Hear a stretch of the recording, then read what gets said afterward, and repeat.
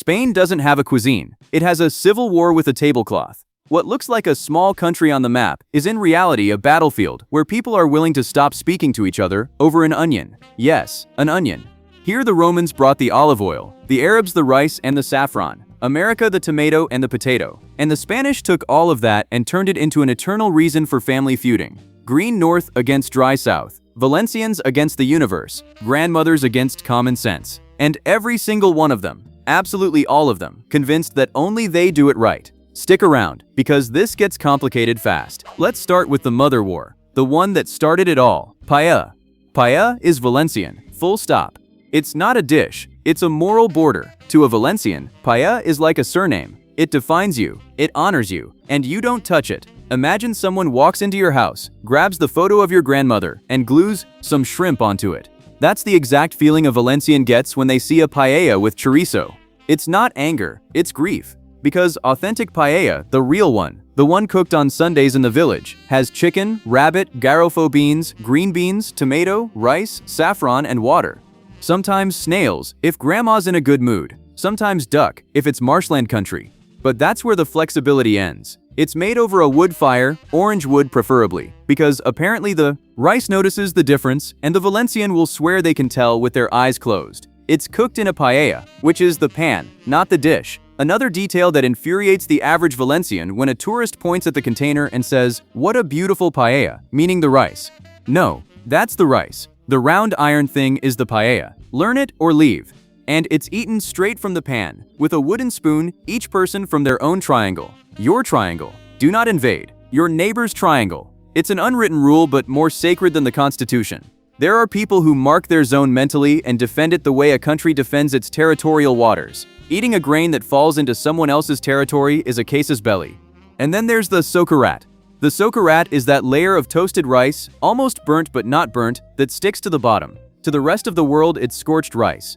To the Valencian, it's the climax, it's the reward. There are people who eat the whole paella fast, just to get to the socarat sooner, like someone enduring 2 hours of a film only for the final scene. And if the paella has no socarat, nothing serious has happened. The person who made it has simply failed at life, and everyone knows it but nobody says it out loud.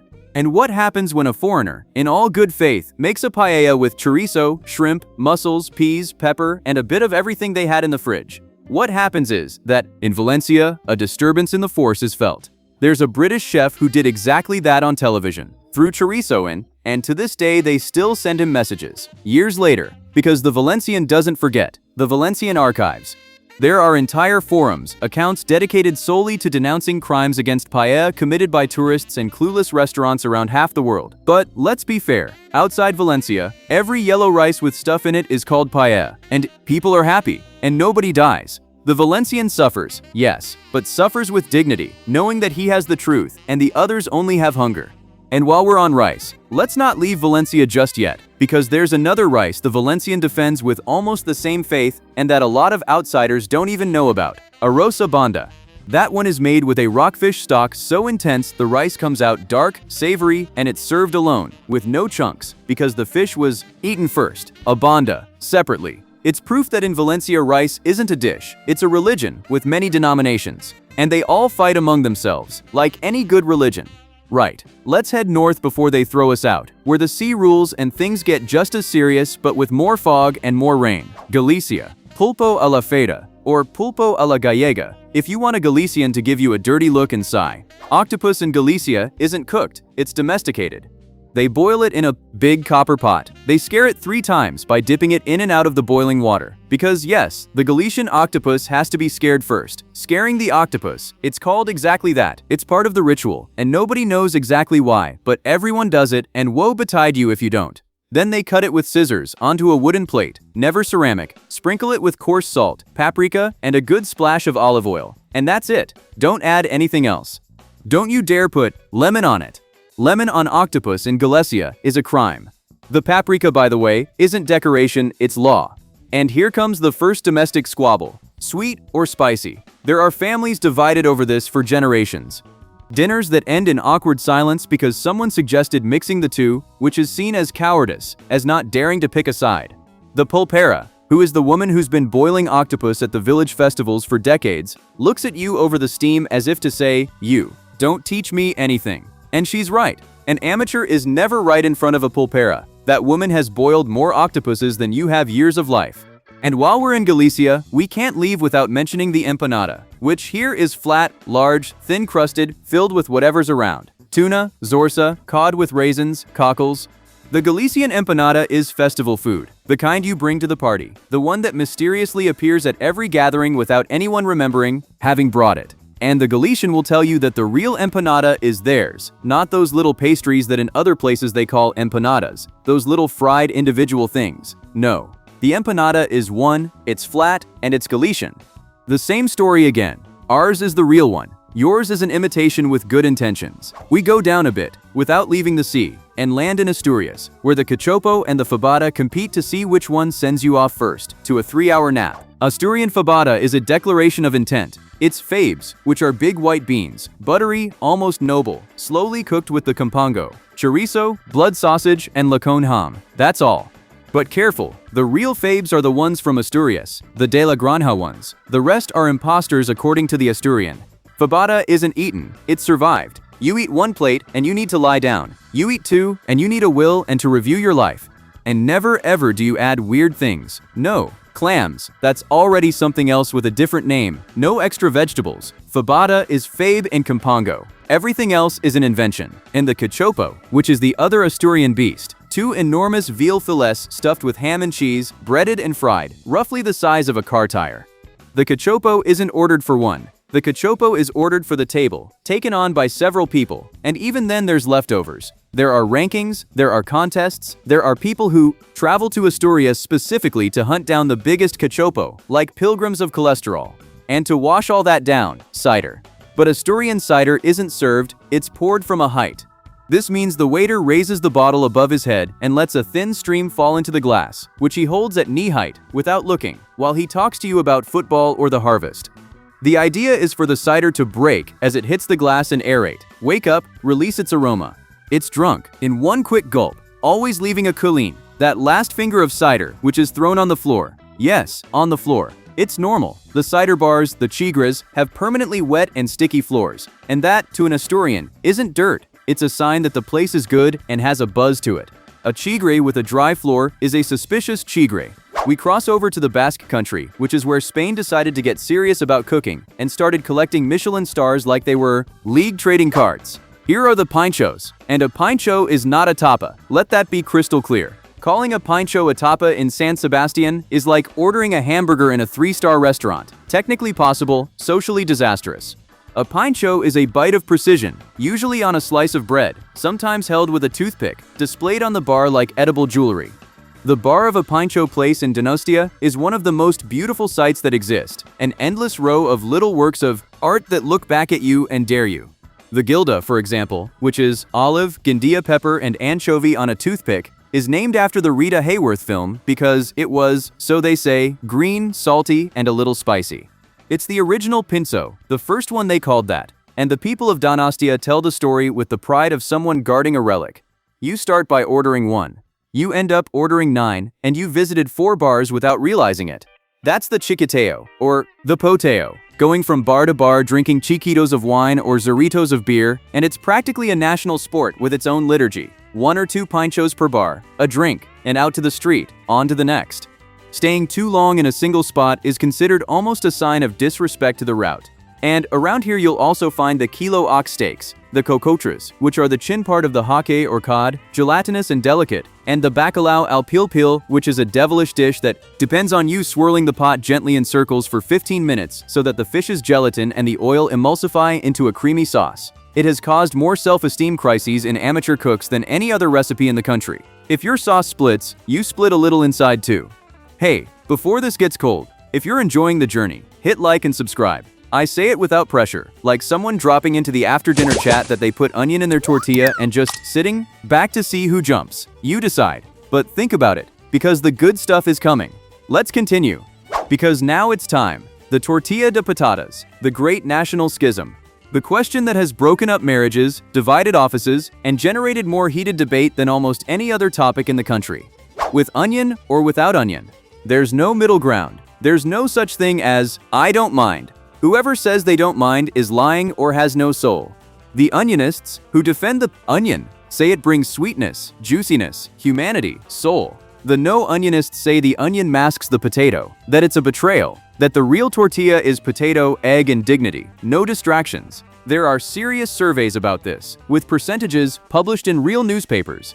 There are politicians who've been asked their stance in real interviews, and they've had to commit, because refusing to answer would have been worse. An egg brand ran entire campaigns about this. This is not a joke, this is Spain having a national conversation about a vegetable. And that's without getting into the second front, almost as bloody, the level of doneness, runny inside, almost liquid, trembling when you cut it, with the egg spilling out like lava, or well set, firm, fully cooked, no wet surprises, an undercooked tortilla in the wrong bar, and they send it back to the kitchen with a disgusted face. An overcooked tortilla in another bar, and it's cause for mourning at the table. There's no way to win. The tortilla is a social trap disguised as a humble 5-ingredient dish. The lovely thing, and here I get almost tender, is that any grandmother, yours, mine, anyone's, makes the best tortilla in the world. All of them. All 30 million. And they're all right, because the best tortilla is always the one you ate as a kid at home. And against nostalgia, you can't argue, you can't win, and you'd better not even try. And speaking of things that seem simple but hide open warfare, let's head south, where the heat forced people to invent a soup that's eaten cold and that half the world prepares wrong without knowing it. Gazpacho, Andalusia, the drink that looks like food or the food that looks like a drink, depending on the day and on who's serving it. Gazpacho is tomato, cucumber, pepper, garlic, bread, olive oil, vinegar, and salt, all blended and well chilled, almost icy. It's summer in a glass. It's what you have when it's 40 degrees out, and opening the oven would be an act of violence against yourself and against your family. But here comes the fact that's going to break your brain. The original gazpacho had no tomato. It couldn't. The tomato came from America, just like the pepper. For centuries, gazpacho was simply bread, water, oil, vinegar, and garlic mashed together. A whitish survival mush for laborers who needed something fresh, hydrating, and caloric to endure the fields under the sun. The tomato joined late, made itself the absolute protagonist, dyed it red, and now nobody can imagine a pale gazpacho. History, as you can see, also rewrites recipes, and what today you'd swear is the way it's always been, 4 centuries ago was unthinkable. And don't confuse gazpacho with salmorejo, because in Córdoba that's a grave offense, almost personal. Salmorejo is thicker, creamier, has more bread and more oil, no cucumber or pepper, and it's served with chopped ham and hard-boiled egg on top. Gazpacho is drunk. Salmorejo is almost eaten with a spoon or with bread. The Cordoban will defend this difference with his life, if necessary, and will correct you mid-sentence if you confuse them. To an outsider, they're 2 similar red cold soups. To the Cordoban, they're 2 distinct civilizations with clear borders. And then there's the Malagan Aja Blanco, white cousin of both, made with almond and garlic, a direct inheritance of that ancient tomato-less gazpacho, another branch of the tree that almost no outsider knows about, and that Southerners defend like treasure. And since the ham has stuck its leg in here, literally, let's stop dead, because this deserves respect and lowering your voice. Jamón Ibérico de Bellota, the jewel, the pride. The thing a Spaniard is capable of paying the cost of a large appliance for without blinking. It comes from the Iberian pig, the pata negra, the black-hoofed one, which spends the last stage of its life in the dehesa, those oak meadows, in freedom, eating acorns like a retired gentleman, on permanent vacation. The Montanera, that period is called. That acorn is what gives the ham its nutty flavor, that marbled fat that melts with the warmth of your hand, that shiny vein that looks like marble. Then it's cured for years, yes, years, 3, 4, sometimes more, hanging in drying lofts and cellars, losing water, concentrating flavor, while a master ham maker watches over it, smells it with a bone probe, and decides when it's ready, like a father deciding when his son is prepared for the world. Slicing it is another art entirely. There are professional cutters who charge to come to your wedding solely to slice ham for hours. Thin slices, almost transparent, small, by hand, with a long, flexible knife. Cutting ham with a machine in front of a ham purist is like serving a fine reserve wine in a plastic cup at a tasting. You can. Nobody's going to legally stop you, but someone is going to suffer in silence and look at you differently for the rest of the night. And never, ever do you keep the whole piece in the fridge. The ham lives at room temperature, hung on its stand, the jamonero presiding over the kitchen like a trophy. It's decoration, it's food, it's heritage, it's family. There are homes where the ham has a better spot than some relatives. Okay, breathe. We've been at this a good while, and we haven't even properly touched the sweets, nor the entire social dimension, nor half the stews. This never ends. And that's exactly the whole point of all this. Tapas, the great Spanish social institution. A tapa is a small portion of food that accompanies a drink. But tapas aren't just food, they're a way of living, a philosophy. The tapio, going from bar to bar having a small beer and nibbling something different in each place, is the Spanish way of socializing, of passing time, of stretching the afternoon until night falls without anyone having formally proposed dinner. It just happens. And there's even debate about the origin of the word, of course. Some say it comes from placing a slice of ham or bread covering the wine glass so flies and dust wouldn't get in. Others that a king, they say Alfonso, ordered that something to eat always be served alongside wine so people wouldn't get drunk on an empty stomach. Others attribute it to the harvesters, to the roadside inns. The truth is, nobody quite knows, but everyone tells their preferred version with absolute certainty, as if they'd been there holding the glass. And the country's great dividing line, is the tapa free or do you pay for it? In Granada, in León, in Jaén, they give you a generous tapa, free with every drink. And you can have a real dinner on the basis of beers, walking out full for €4.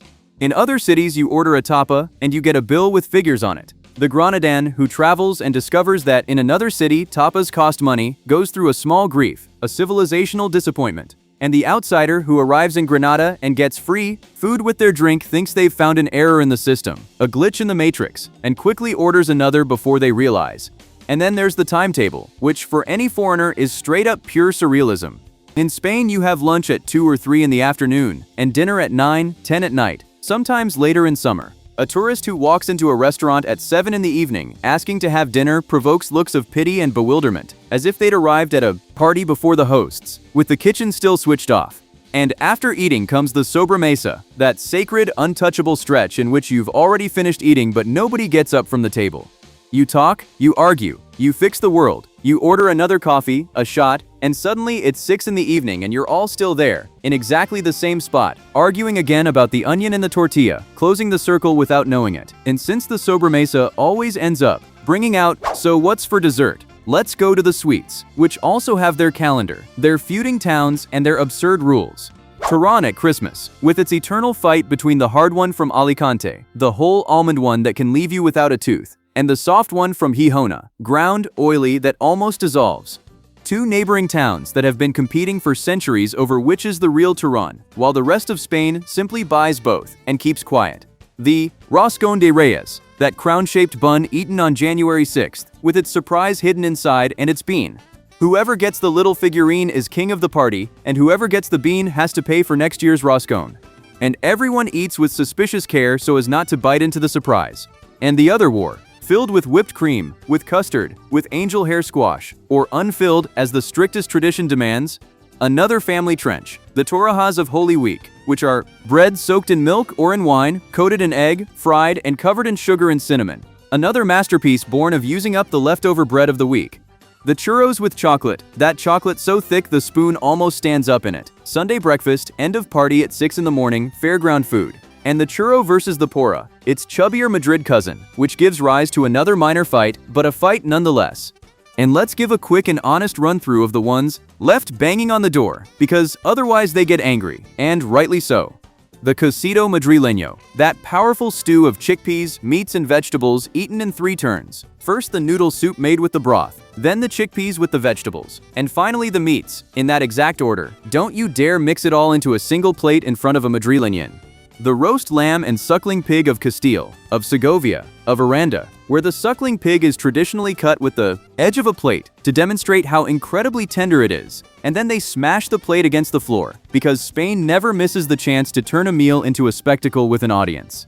The sobrasada of Mallorca, that raw spreadable sausage, red with paprika, that's almost eaten by the spoonful. The Canary Mojos, the spicy red one and the green one of cilantro, with their papas arrugadas, those small potatoes boiled with so much salt the skin comes out wrinkly and white. The Basque marmitaco, a seafarer's stew of bonito and potato that fishermen used to cook on the boat itself. The pisto, the lechazo, the migas de pastor that are literally stale bread crumbled and fried with garlic, chorizo, and whatever fell to hand, food of necessity turned into a dish of pride. And look, almost everything you've seen today was born of hunger, of the fields, of the cold, of we've got this and not much else, let's make something filling. Olive oil, of which Spain produces more than any country on the planet, far more, was the fat of the poor, the base of everything. Stale bread was reincarnated as gazpacho, as migas, as torrijas, as garlic soups. The pig was used whole, from the ham to the blood sausage, from the ear to the lard, throwing nothing away. Spanish cuisine is, at its core, the story of a people who turned scarcity into a feast, and then, bellies full, set about arguing fiercely and forever over what the correct way to do it was. And so, with no order, no truce, and without anyone ever agreeing, the whole thing works. Spain doesn't have one cuisine, it has 20, and each one is absolutely convinced it's the only good one. Here, friendships are broken over the onion, the octopus is scared before boiling, the cider is thrown on the floor on purpose, the ham is hung on the wall like a painting, and a plate is smashed after eating a suckling pig. And the most absurd thing of all is that this is precisely why it works, because nobody gives an inch, because every grandmother is right, because every town defends its version as if it were the last thing it had left. There's no correct recipe, there are 30, and they're all eaten on Sundays with family, shouting a little. And, hey, we could go on with the dried octopus, with the elvers, with the chocolate, with the cabrales cheese that almost walks on its own. But that's another discussion and another table. And, well, this is how it's eaten. Hit like, subscribe, and we'll see each other at the next sobremesa.